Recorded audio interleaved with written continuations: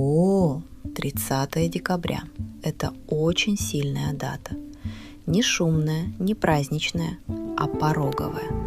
Это день, когда год уже ушел, но новый еще не вошел.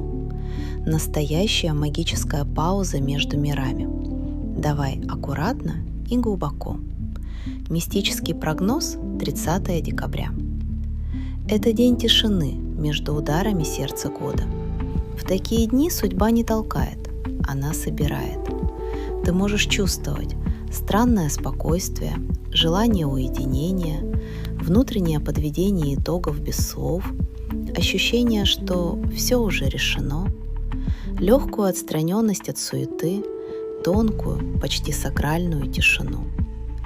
Это день, когда душа снимает старую одежду года. Без драмы, без анализа. Просто снимает. 30 декабря не про действие, он про завершенность. То, что не завершилось внешне, завершается внутри.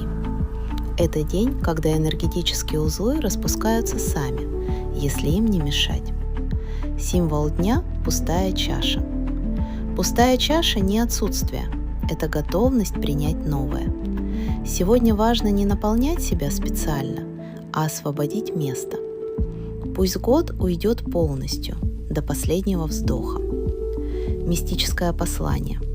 Отпусти без слов, ты уже готова к новому.